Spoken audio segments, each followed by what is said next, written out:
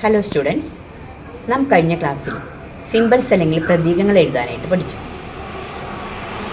Zinc, hydrogen, chlorine ഇവയുടെ എല്ലാം symbols എന്താണെന്ന് നിങ്ങൾക്കറിയാം. ഇനി അതുപയോഗിച്ച് നമുക്ക് കെമിക്കൽ ഇക്വേഷൻസ് അല്ലെങ്കിൽ രാസസമവാക്യങ്ങൾ എഴുതാനായിട്ട് പഠിക്കുക. The substances taking part in a chemical reaction are called reactants, and the substances formed as a result of the reaction are called products. You have seen earlier the reaction between hydrochloric acid and zinc. What is formed as a result of this reaction? Zinc chloride and hydrogen. സിങ്കും hydrochloric ആസിഡും നമ്മൾ പ്രവർത്തിച്ചാൽ zinc ക്ലോറൈഡും ഹൈഡ്രജനും കിട്ടുമെന്ന് നമുക്കറിയാം.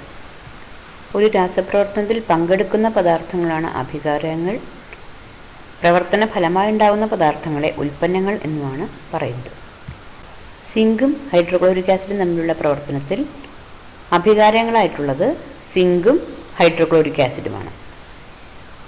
Products ആയിട്ട് അല്ലെങ്കിൽ ഉൽപ്പന്നങ്ങളായിട്ട് വരുന്നത് സിങ്ക് ക്ലോറൈഡും ഹൈഡ്രജനുമാണ്. ഇവിടെ റിയാക്റ്റൻസിൻ്റെ ഭാഗത്തും പ്രോഡക്ട്സിൻ്റെ ഭാഗത്തുമുള്ള നമ്പർ ഓഫ് ആറ്റംസ് എത്രയാണെന്ന് നമുക്ക് നോക്കാം. Zinc reactants 1, products 1. Hydrogen reactants 1, products 2. Chlorine reactants 1, products 2. Is the number of atoms on both sides of the arrow equal? No. Chemical reactions can be represented as equations containing the symbols and chemical formula of the reactants and the products. So we can represent the equation Zn plus HCl gives ZnCl2 plus H2. ഒരു രാസവാക്യം എഴുതുമ്പോൾ അഭികാരങ്ങളുടെ ഭാഗത്തും ഉൽപ്പന്നങ്ങളുടെ ഭാഗത്തുമുള്ള ഒരേ ഇനം ആറ്റങ്ങളുടെ എണ്ണം തുല്യമായിരിക്കണം.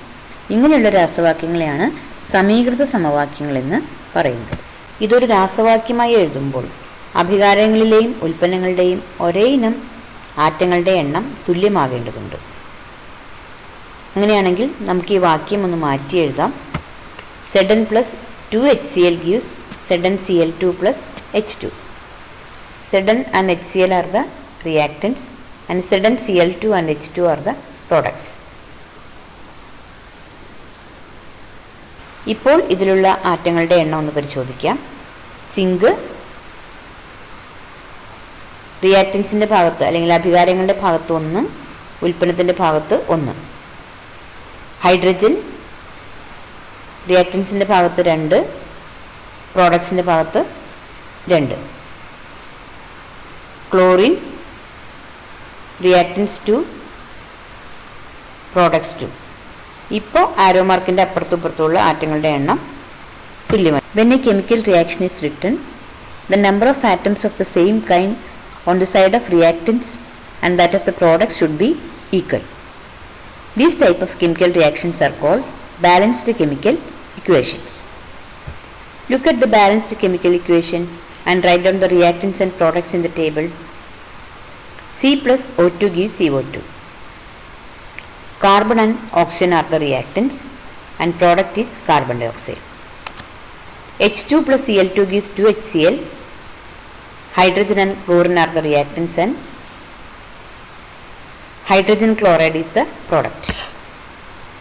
2H2 plus O2 gives 2H2O. Hydrogen and oxygen are the reactants and water is the product.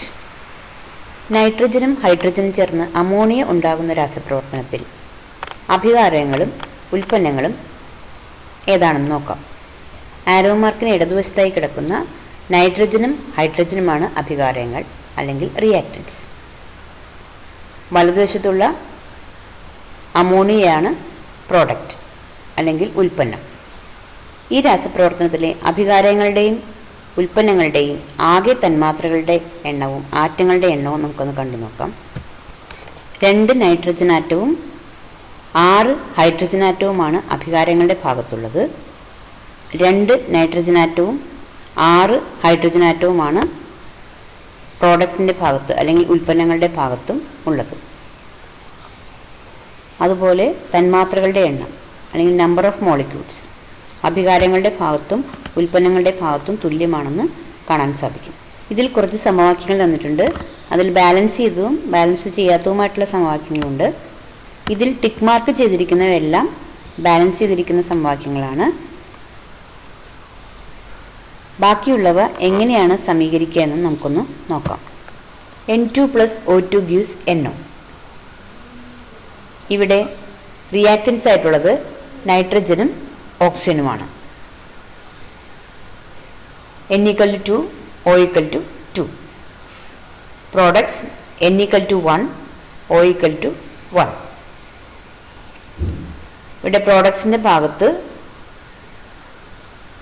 Number of atoms കുറവാണ്. അത് തുല്യമാക്കി ബാലൻസ്ഡ് ഇക്വേഷൻ ആക്കുമ്പോൾ N2 + O2 gives 2NO. അതുപോലെ H2 + I2 gives HI. ഇതിലെ റിയാക്റ്റൻസ് ആയിട്ട് വരുന്നത് hydrogen and iodine. H = 2, I = 2. ഇവിടെയും പ്രോഡക്റ്റിൻ്റെ ഭാഗത്ത് ആറ്റങ്ങളുടെ എണ്ണം തുല്യമല്ല. ആരോ മാർക്കിൻ്റെ ഇരുവശത്തും ആറ്റങ്ങളുടെ എണ്ണം തുല്യമാക്കുമ്പോൾ H2 + I2 gives 2HI എന്നാണ് ബാലൻസ്ഡ് ഇക്വേഷനായിട്ട് വരിക. അതുപോലെ Fe + HCl gives FeCl2 + H2. റിയാക്റ്റൻസിൻ്റെ ഭാഗത്ത് 3 ആറ്റങ്ങളുണ്ട്. Fe = 1, H = 1, Cl = 1. പ്രോഡക്ട്സിൻ്റെ ഭാഗത്ത് Fe = 1, H = 2, Cl = 2. ഇവിടെ റിയാക്റ്റൻസിൻ്റെ ഭാഗത്താണ് ആറ്റത്തിൻ്റെ നമ്പർ കുറവ്. അപ്പോൾ നമ്മളതിനെ ഇക്വേഷൻ ബാലൻസ് ചെയ്യുമ്പോൾ Fe + 2HCl gives FeCl2 + H2 എന്ന് എഴുതും. അടുത്തത് കാർബൺ ഡൈ ഓക്സൈഡും കാർബണും ചേർന്ന് കാർബൺ മോണോക്സൈഡ് ഉണ്ടാകുന്ന സമവാക്യമാണ്. അഭികാരങ്ങളുടെ ഭാഗത്ത് കാർബൺ ഡൈ ഓക്സൈഡും കാർബണും, ഉൽപ്പന്നങ്ങളുടെ ഭാഗത്ത് കാർബൺ മോണോക്സൈഡ്. അഭികാരങ്ങൾ C = 2, O = 2.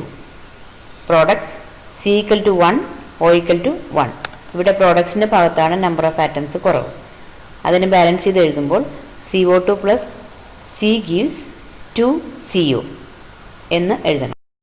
ഇനി നമുക്ക് ഇക്വേഷൻ ബാലൻസ് ചെയ്യാനായിട്ട് സഹായിക്കുന്ന ഒരു ഗെയിം കളിച്ചാലോ. C + O2 gives CO. അതാണ് ഇക്വേഷൻ. ആദ്യം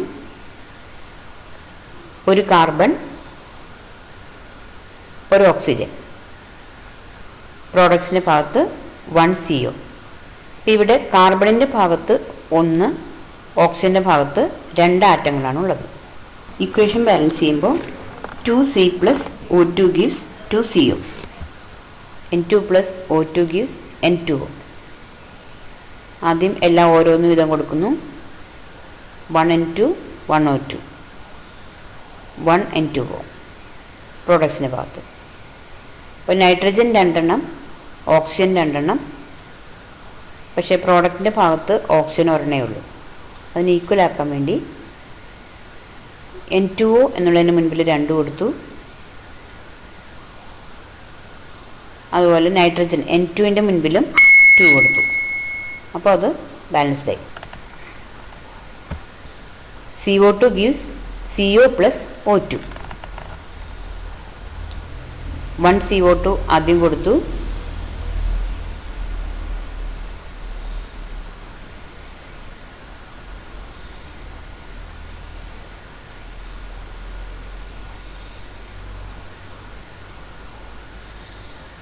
CO2 gives 2CO + O2. ഇപ്പോൾ 2 സൈഡിലെയും ആറ്റങ്ങളുടെ number ഈക്വലായി. P4 + H2 gives PH3. അതിനെ ബാലൻസ് ചെയ്ത് നോക്കാം.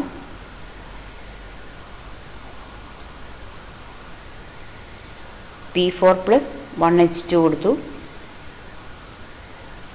2 സൈഡിലെയും ആറ്റത്തിൻ്റെ നമ്പർ ഈക്വൽ അല്ല.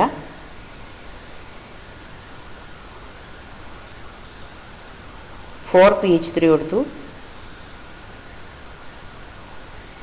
അപ്പോൾ അതിനനുസരിച്ച് ഇപ്പുറത്ത് ഹൈഡ്രജൻ്റെ എണ്ണം മാറ്റണം. 6 ഹൈഡ്രജൻ കൊടുത്തു. P4 plus 6H2 gives 4PH3.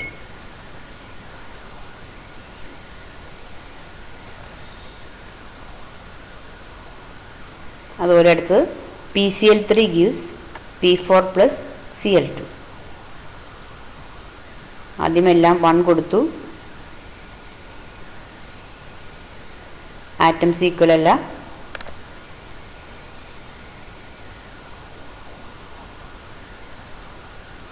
PCl3 കൊടുത്തു. ഇവിടെ P4 പ്ലസ് ക്ലോറിൻ എത്ര വേണം? 6Cl2 എന്നാലാണ് ഈക്വൽ ആവുള്ളൂ.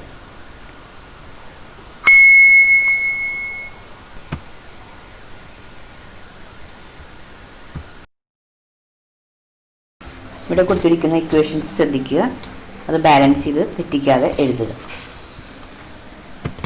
2Mg plus O2 gives 2MgO. 2NaOH plus H2SO4 gives Na2SO4 plus 2H2O. N2 plus 3H2 gives 2NH3. 2H2O2 gives 2H2O plus O2. ഇതുപോലെ എല്ലാ ഇക്വേഷൻസും balance ചെയ്ത് എഴുതാനായിട്ട് പഠിക്കണം.